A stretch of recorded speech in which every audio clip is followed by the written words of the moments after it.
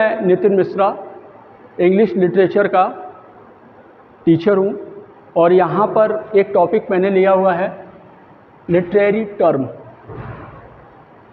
जो कि ड्रामा का literary term. What is literary term?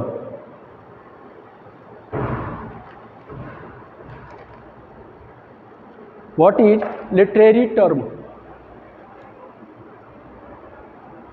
अगर हिंदी में समझाऊं कि लिटरेरी टर्म क्या है, तो लिटरेरी टर्म का अर्थ ही होता है साहित्यिक शब्दावली in form of drama. Literary term in form of drama, a many number terms. These are many number terms. Flashback, foil, foreshadowing, hubris and hyperbaton, motif, nemesis. Here are many terms, but we study in 5 terms and कोशिश करेंगे फिर अगली video जब बनाएंगे तो उसमें बाकी को आपको समझाएंगे। ठीक है? Why need this? Why need this to us? हमें इसकी जरूरत क्यों है? ये ड्रामा का ही क्यों है? ये क्या बाकी का भी होता है? जी बिल्कुल। जिस तरीके से ड्रामा के फॉर्म में लिटरेरी टर्म है, ठीक उसी तरीके से पोइट्री के भी लिटरेरी टर्म होते हैं, नॉवेल के भी होते हैं, सबके अलग अलग होते हैं। अब यहाँ पे जो नंबर ऑफ जो टर्म्स आपको दिखेंगे वो थोड़े से चेंज होते हैं। For example short story, novel, biography, various type literature. Understand you? यहां पर हम सिर्फ 5 टर्म्स को देखेंगे और अच्छे ढंग से समझेंगे। Why can use us this literary term? Okay, lesson. First, flashback. Last class में मैंने बहुत अच्छे ढंग से एक्सप्लेन किया था। Flashback, flashback meaning in Hindi, flash छपकना, पलक छपकना, बैक पीछे, इट्स मीन फ्लैशबैक, छपकते हुए पीछे चले जाना। Why use in drama? देखो, कभी कभी क्या होता है कि हम किसी स्टोरी को पढ़ रहे होते हैं, किसी हम मूवी को देख रहे होते हैं, तब हमें एक ऐसी स्टोरी दिखाई जाती है या हम ऐसी स्टोरी जो है पढ़ लेते हैं जो कि उस स्टोरी लाइन में नहीं आती है, उस प्लॉट लाइन में नहीं आती है, लेकिन उसका जो रिलेशन होता है वो कहीं ना कहीं अटैच होता है। किससे अटैच होता है? उस टाइम की क्रोनोलॉजिकल जो स्टोरी चल रही होती है उसमें अटैच होता है। It is a flashback. Flashback meaning इसका आपको समझ में आया ना? आइए देखते हैं इसकी डेफिनेशन क्या है। Taking the readers out of an otherwise. बहुत सिंपल सा है, लिखा हुआ है यहां पर, taking the readers out of an otherwise chronological story. इसका मतलब क्या हो गया? क्रोनोलॉजिकल का मतलब क्या होता है? काल क्रमानुसार जो चीज चल रही। काल क्रमानुसार का मतलब क्या होता है? कि जो अभी चल रही है, अभी जैसे किसी स्टोरी में अभी क्या हो गया कि अभी वो हीरो आया, अब हीरो का एजुकेशन होगा, फिर उसके बाद उसका अगला स्टेप होगा, या फिर कोई स्टोरी और भी चल रही है तो एक पॉइंट टू पॉइंट चीजें जो है स्टेप बाय स्टेप आगे बढ़ना। इट्स मीन क्या हो जाता है, क्रोनोलॉजिकल। अब सेम टाइम कोई स्टोरी एक स्टेप बाय स्टेप से आगे चल रही है, एंड अदरवाइज वहां पे रीडर क्या पाता है, टेक इन द रीडर, टीकर को रीडर क्या पाता है, रीडर वहां पर पाता है आउट ऑफ एन अदरवाइज। अरे ये तो कहानी यहां पर चल रही थी और हम कहां पहुंच गए। फ्लैशबैक वही काम करता है, फ्लैशबैक वही काम करता है कि वो एकाएक रीडर को किसी और स्टोरी में ले जाकर के पहुंचा देता है। आइए देखते हैं story of flashback. Of flashback will show events that, will show event that, flashback क्या करेगा, किसी इवेंट को क्या करेगा, अलग तरीके से बताएगा, एक अलग उसको जो है तरीके से बताएगा। कैसे, that happened in the past, in the past, वो आपको पास्ट में जो हुआ था उसके बारे में फ्लैशबैक बताएगा। हमने जैसा कि पहले ही मीनिंग आपको बताया, फ्लैशबैक पीछे जाना, पहले झपकते ही आप पीछे चले जाओ किसी स्टोरी में, वही चीज यहां पर बता रहा है। Past that impact the character in the present day in story, जो स्टोरी वर्तमान में चल रही है, जो कहानी आपकी प्रेजेंट डे में चल रही है, एकाएक वो आपको पास्ट में ले जाकर के वर्तमान के कैरेक्टर से जोड़ देगा। Flashback, it is a flashback. ठीक है, ओके। एंड नेक्स्ट टर्म, ये ड्रामा में ये सारी चीजें यूज होती हैं। अब जरूरी नहीं है कि all terms use in drama, it's not only some, a few terms use in drama. कुछ ही, जरूरी थोड़ा है कि आपको हर स्टोरी में फ्लैशबैक की स्टोरी दिखे, जरूरी नहीं है। ठीक है। Next term is foil. Foil, what's mean is foil? Foil मैंने बताया था। वैसे देखा जाए तो फोइल को बोलते हैं पन्नी, परत, पतली सी परत, पन्नी, इसका अर्थ ये होता है। लेकिन यहां in drama no means in foil, पन्नी, पन्नी से इसका कुछ भी लेना देना नहीं है। यहां पर इसका पन्नी से कुछ भी लेना देना नहीं है। देखते हैं, a character who is presented as a contrast to a second character. ध्यान देना, ध्यान देने वाली बात है कि ये हमें कभी कभी ड्रामा में कैसे मिलता है, कैसे दिखाई देता है कि यहां पर फोइल का यूज हुआ है। अच्छा बच्चों, ध्यान रखना, यहां पर कुछ एग्जाम्पल भी दिए हुए हैं आपकी बुक में, कुछ एग्जाम्पल भी आपकी बुक में दिए हुए हैं। ठीक है, उसको आपको अच्छे ढंग से समझना है। ठीक है ना, चलिए, वो आपकी जिम्मेदारी है। Example, understand? ओके। एक कैरेक्टर, अब देखिए बहुत अच्छी डेफिनेशन में आप समझ जाएंगे एक ही बार में। एक कैरेक्टर हु इज प्रेजेंटेड, जो बताता है, प्रेजेंट करता है, क्या, जो प्रेजेंट करता है as a contrast to second, यहां पे कैरेक्टर होना चाहिए लेकिन नहीं है।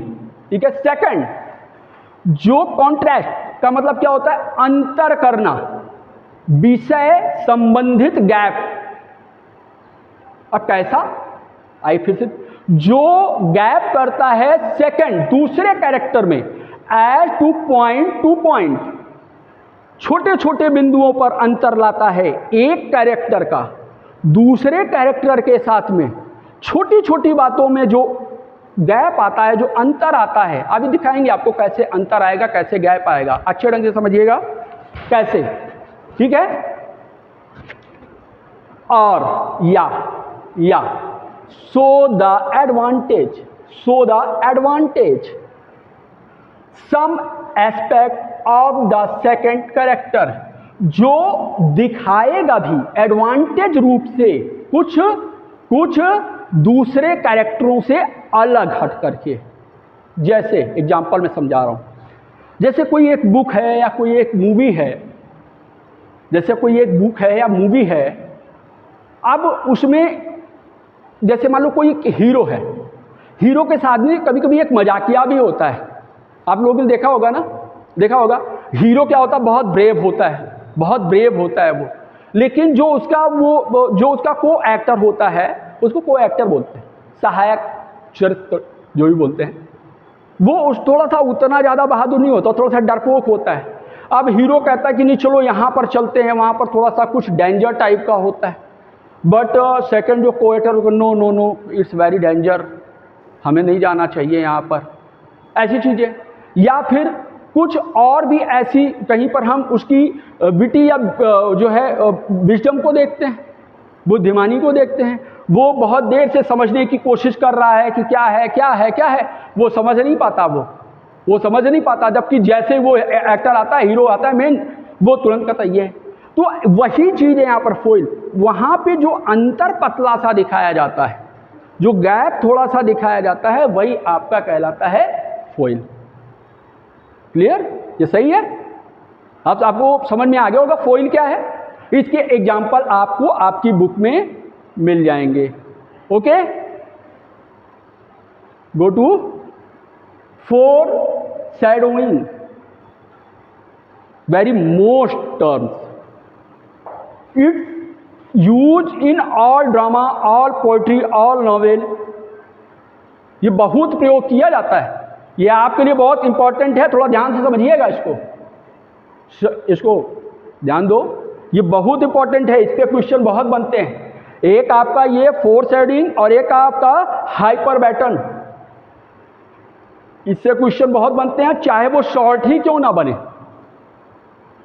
चाहे वो शॉर्ट ही क्यों ना बने, ये दो टर्मों से क्वेश्चन बहुत बनते हैं। और ये दो चीज़ें बहुत दिखती भी हैं स्टोरी में, किसी भी ड्रामा में। और मैं जहाँ तक जानता हूँ, मेरी जो सोच है बच्चों, वो फोर शेडिंग का बहुत ज़्यादा प्रयोग होता है नॉवेल में, नॉवेल में बहुत ज़्यादा यूज होता है नॉवेल में, वो चाहे किसी टाइप का भी नॉवेल क्यों ना हो। आगे चलें? Okay, come to the point.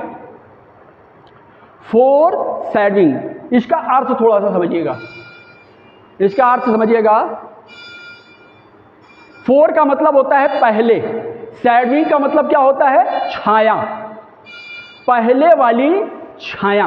अब चूंकि इससे कुछ लेना देना नहीं हमें, पूर्वानुमान, पहले का एक अनुमान, पहले की छाया, यानी कि पहले का अनुमान या पूर्वाभास, पहले से ही हमें पूर्वाभास हो जाए किसी भी स्टोरी में, किसी स्टोरी का। ओके, आइए देखते हैं कि क्या कहना चाह रही है।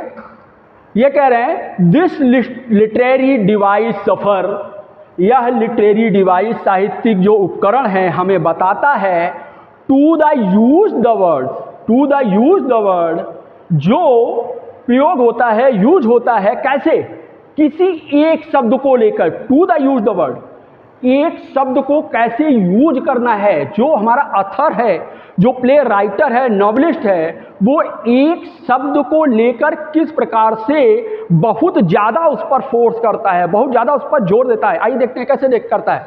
The word that set the stage for the story to unfold. ऐसी किसी कहानी अनफोल्ड कहानी, ऐसी किसी अनफोल्ड की कहानी में एक जो स्टेज को सेट करता है वह शब्द, उस शब्द का प्रयोग जो है फोर शेडोइंग में किया जाता है। आइए फिर से देखते हैं, फिर क्या कह रहा है यहाँ पर, it refer to readers a hint something that is going to happen without revealing the story. Revealing क्या होता है? रिवीलिंग क्या होता है भैया? किसी चीज को जान जाना, पता चल जाना, रिवीलिंग। कैसे? यहां पर क्या कहा जा रहा है कि एक ऐसा जो है लिटरेरी वर्ड है जो विशेष किसी शब्द को बहुत विशेष ढंग से यूज किया जाता है। Set the stage, set stage को बनाने के लिए, किसका स्टेज? स्टोरी की स्टेज को बनाने के लिए। ऐसी स्टोरी जो पूरी तरीके से अभी खुली नहीं हुई है, अनफोल्ड स्टोरी को, जो चीज़ के बारे में हम नहीं पूरा जान रहे हैं, लेकिन वह स्टोरी टू अनफोल्ड, उस स्टोरी को थोड़ा सा बता देता है, अनफोल्ड करता है, फोल्ड स्टोरी को अनफोल्ड। जैसे कभी कभी हम किसी पिक्चर को, किसी बुक को पढ़ रहे होते हैं तो कुछ ऐसा सीन क्रिएट हो जाता है बच्चों ना, कि जिससे हमें ये पता चल जाता है कि ये चीज़ होने वाला है। जैसे किसी की अगर स्टोरी में हम देखें, किसी बुक में देखें किसी का मर्डर, जैसे मैकबेथ को हम पढ़ते हैं तो हमको लास्ट में ये पता चल जाता है बच्चों ना कि मैकबेथ अब बचेगा नहीं, इसने इतना ज़्यादा जो है प्रोपेगेंडा जो है फैला रखा है, ये बचेगा नहीं। क्यों? क्योंकि इसके एनिमी जो है बहुत ज़्यादा बन चुके हैं, इसकी एनिमी बहुत ज़्यादा बन चुके हैं, ये बचेगा नहीं। तो हमें ये चीज़ पहले से ही पता चल जाती, ठीक है ना। वो जो वर्ड जो प्ले राइटर, नॉवलिस्ट जो क्रिएट करता है, वही वर्ड की जो मीनिंग होती है वो जाकर के आपको फोरशैडोइंग कहलाती है। अब यहाँ पर क्या है चीज़ें बच्चों, to it refer to readers, जो रीडर मतलब कि जो पाठ जो रीडर होता है वो जो है क्या करता है, हिंट, एक ऐसा हिंट मिलता है। हिंट का मतलब एक ऐसा कुछ उसको उदाहरण, संकेत एक ऐसा उसको मिल जाता है, something that is going to help happen, की अब क्या आगे होने वाला है, उसको ऐसा हैपन है ना, आगे क्या होने वाला है। विदाउट रिवीलिंग ए स्टोरी, बिना पूरी स्टोरी को पढ़े हुए उस हिंट के सहारे वो जान जाता है कि क्या होने वाला है। ध्यान दे लो, बहुत ज़रूरी है ये आपको ये चैप्टर, ये फोरशैडोइंग और हाइपर बटन बहुत इंपॉर्टेंट है बेटा, इसको समझ लो। क्यों नहीं समझ रहे हो? बहुत इंपॉर्टेंट है। इसके एग्जाम्पल में मैंने मैकबेथ का आपका दिया, ठीक है, आप उसको भी लिख सकते हो, ठीक है। अगेन नेक्स्ट, ह्यूब्रिस, इसका अर्थ क्या हो गया? ह्यूब्रिस आत्मविश्वास नहीं, अहंकार, घमंड, अहंकार। आइए देखते हैं कैसे, क्या कह रहा है। Hubris, this device refer to exclusive pride and arrogance that consume a character and often lead to his downfall. एक ऐसा कैरेक्टर होता है, अब देखो उदाहरण से समझो, ये तो कह रहा है भैया कि एक ऐसा कैरेक्टर है जो प्राइड मीन्स घमंड और एरोगेंस का मतलब अहंकार से भरा हुआ है। एक ऐसा कैरेक्टर जो घमंड और एरोगेंस यानी कि अहंकार से भरा हुआ है। ध्यान दीजिएगा, मैं सबकी मीनिंग बता रहा हूं, एरोगेंस से भरा हुआ है। अब वो जब उसको घमंड आ गया तब वो कैरेक्टर आपको अच्छा लगेगा? कोई भी कैरेक्टर हो, अगर शुरू में आप उसको लाइक कर रहे हो लेकिन धीरे धीरे वो खुद में अहंकारी होता जा रहा है, घमंडी होता जा रहा है, तो वो जो रीडर्स होते हैं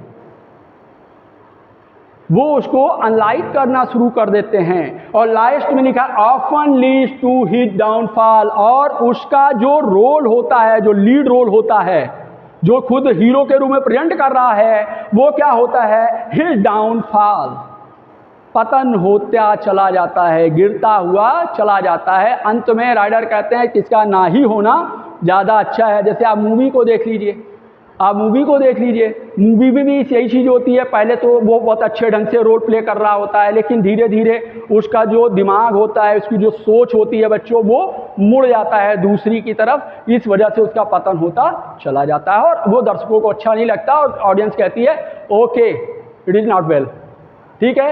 and last, it's very important, ये हमारा लॉन्ग टाइप का क्वेश्चन बन सकता है। शॉर्ट तो बनेगा बट ये लॉन्ग टाइप का क्वेश्चन बन सकता है।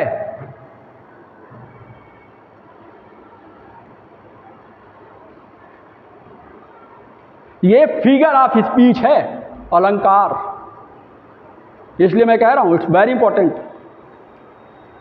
ये अलंकार के रूप में यूज किया जाता है ड्रामा में, पोएट्री में। मेरे ख्याल से मैंने 2-3 तो मैंने देखे हैं, ये लगभग काफ़ी लिटरेचर में इसका यूज होता है। ये वेरी इंपॉर्टेंट, वेरी इंपॉर्टेंट। समझ में आ रहा है आपको? इसे आपको विद एग्जाम्पल पढ़ना होगा, विद एग्जाम्पल। जो मैं कह रहा हूं समझ रहे हो ना, अच्छे ढंग से पढ़ना हो। मैं उम्मीद करता हूं कि ये चीज आपको मिलेगी एग्जाम में, ठीक है। देखिए क्या समझते हैं, हाइपरबेटन का मतलब क्या होता है बच्चों? इसका अर्थ होता है उलटना, पलट देना। आप कुछ किताब में कुछ समझ रहे हो कि अरे ये तो कहानी ऐसी ऐसी ऐसी चल रही है, मूवी आप देख रहे हो तो बहुत अच्छी मूवी चल रही है, लेकिन धीरे से वो जो कहानी होती है वो क्या होती है, ऐसे कुछ इवेंट्स, ऐसे कुछ वर्ड्स यूज होते हैं प्ले राइटर, नॉवलिस्ट या ड्रामेटिस्ट के द्वारा, वो पलट जाता है कि अरे ये क्या हो गया, मैं तो सोच ही नहीं देख कर रहा था। एम्फेसिस, जोर पड़ता है उस पर। कैसे, जरा यहाँ पे हम डिफाइन करते हैं। यहाँ पे it is a literary device that, ये एक ऐसा वर्ड है कि अगर यहाँ पर हम लिखें it is the figure of speech that where in the author, जहाँ पर लेखक, अथर मीन्स लेखक, जहाँ पर लेखक क्या करने की कोशिश कर रहा है, प्लेज, खेलता है, अथर प्लेज खेलता है with the regular positioning of words, जो पहले से जो शब्द या पहले से जो कंडीशंस अथर ने पहले से बना रखी है अपनी बुक में, वो किसी एक ऐसे वर्ड को ला करके वहां पर बैठा लेगा, किसी एक वर्ड पर जोर दे करके कहेगा, और जिसे पढ़ते ही जो आइडियंस या फिर जो रीडर्स होगा वो समझ जाएगा कि नहीं नहीं ये तो कुछ और होने वाला है, यहाँ तो खेला हुए है, यहाँ तो कुछ होने वाला है। तो positioning plays with the regular positioning of word, जो हमेशा से यूज होने वाले जो वर्ड होते हैं उनके साथ अथर क्या करता है, खेलता है, शब्दों का खेल करता है, जो कि कॉमन स्टोरी में हम लोग देखते रहते हैं। लेकिन कहीं कहीं वही लेखक कुछ अलग करने के लिए क्या करता है, एंड क्रिएट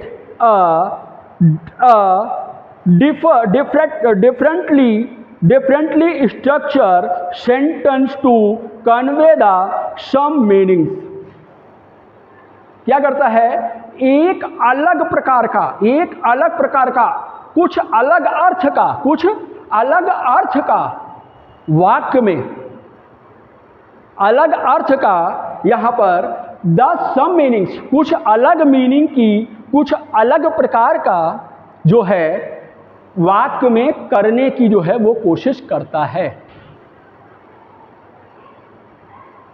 ये आपको हैं तो सारे के सारे इंपॉर्टेंट, लेकिन आपको ये चीज़ें और ये चीज़ बहुत अच्छे ढंग से एग्जाम्पल के साथ में पढ़नी चाहिए, और पढ़नी पड़ेगी, चाहिए नहीं पढ़नी पड़ेगी, और उसको लिखना भी जो है चाहिए, क्योंकि इंग्लिश राइटिंग होती है लिखने के लिए बच्चों, इसलिए इस पर मैं जोर दूंगा। और बहुत ही इम्पॉर्टेंट है। आज का जो है क्लास आज की यहीं पर ख़त्म करते हैं।